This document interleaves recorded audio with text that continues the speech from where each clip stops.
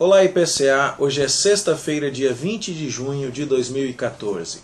Nós estamos juntos há 684 dias lendo a Bíblia e hoje leremos o livro do profeta Naum em seus 3 capítulos. Naum profetiza muito provavelmente na época de Josias ou talvez um pouco antes. Nós não temos indicações de que reis governavam Judá quando Naum profetizou, mas temos condições de ter alguma ideia de qual foi a época em que Naum falou por causa das circunstâncias que estão envolvidas no seu próprio livro. Nós vemos Naum mencionando no capítulo 3, verso 8, algumas cidades do Egito que tinham caído, a cidade de Noamon. E aí então você vê ele fazendo essa referência, é a cidade de Tebas que está em perspectiva, e ela então foi derrubada pelos assírios no ano 663 a.C. E nós também vemos ele falando em toda a mensagem do livro sobre a queda de Nínive, que vai cair em 612 a.C. Então não deve ter falado por esta época. Considerando aí o reinado de Josias, que é de 640 a 609, é bem provável que Naum tenha vivido ou nos dias de Josias ou um pouquinho antes, no finalzinho do reino de Manassés ou durante o reino de Amon. E a mensagem de Naum é basicamente direcionada a Nínive. Naum não está falando, em primeiro lugar, ao povo de Deus, embora a condenação do inimigo seja uma mensagem de conforto para o povo de Judá. E você vê então no capítulo 1, verso 13, que Naum está aqui falando brevemente com Judá. Eu vou quebrar, ele fala em nome de Deus, né? De ti, sobre ti, ó Judá, eu quebrarei o jugo deles e romperei os teus laços.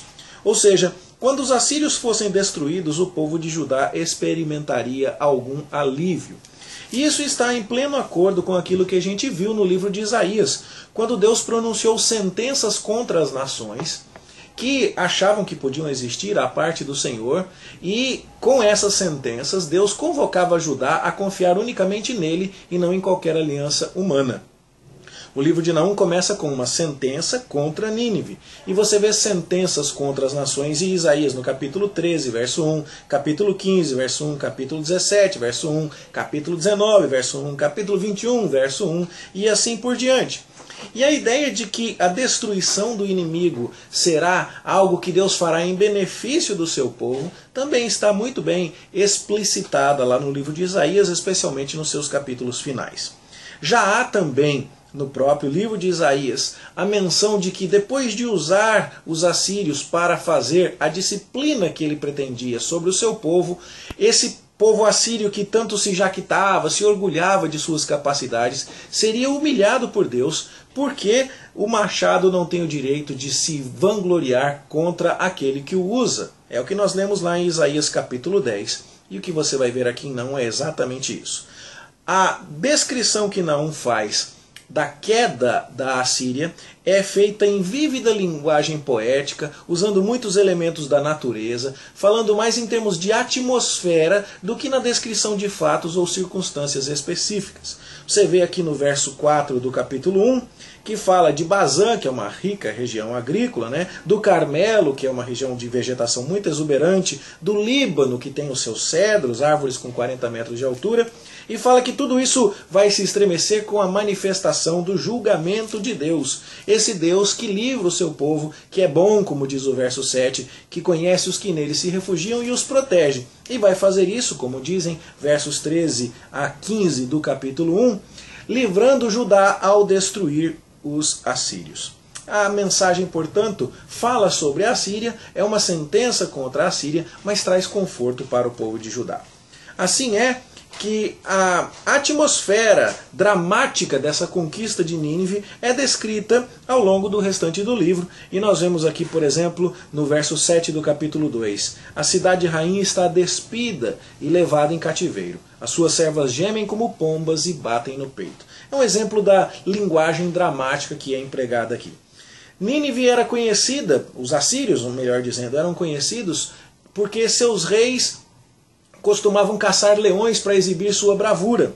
E no verso 11 do capítulo 2 nós vemos, cadê o covil dos leões agora? O lugar do pasto dos leõezinhos. Vocês aí que eram tão corajosos, agora estão humilhados. E isso porque, verso 13 do capítulo 2, Deus está contra Nínive, Deus está contra os assírios, assim ele fala, e ele repete isso no verso 5 do capítulo 3. Então, o que vai acontecer? A nação que tanto se mostrou vangloriada, tanto se mostrou orgulhosa, soberba, agora vai ser humilhada, e isso porque Deus assim o decretou, porque o machado se voltou contra aquele que com ele feria, como a gente já leu lá em Isaías capítulo 10. Naum basicamente então fala disso. De forma poética, invocando elementos da natureza e descrevendo uma atmosfera dramática, ele profetiza a queda de Nínive, que cumpre aquilo que Deus já havia falado através de Isaías. Os assírios estavam sendo usados como instrumentos de Deus, mas assim não pensavam, e por isso eles também teriam o seu julgamento. Também se cumpre aqui o livramento do povo de Deus através da destruição do seu inimigo, como já é típico dos profetas.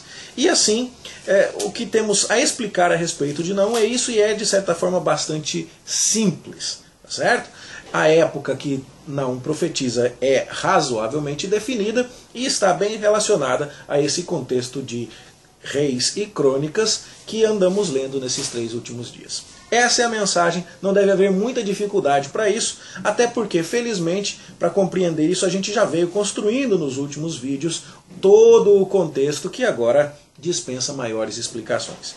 Naum significa conforto. E é isso que a sua mensagem traz. Conforto para o povo de Deus, ao saber que Deus governa tudo, ao saber que Deus tem sob seu domínio todas as nações do universo, que Ele no final fará justiça e destruirá os inimigos do seu povo, para que o seu povo não seja mais subjugado por ninguém. E que esse conforto prepare o meu coração e o seu para anteciparmos aquele dia onde a morte será completamente eliminada, onde Cristo vitorioso virá e com o sopro da sua boca destruirá o anticristo e todos os inimigos da sua igreja, como nós aprendemos lá no Apocalipse, que não deixa de ser a mensagem de Naum levada ao universo por inteiro.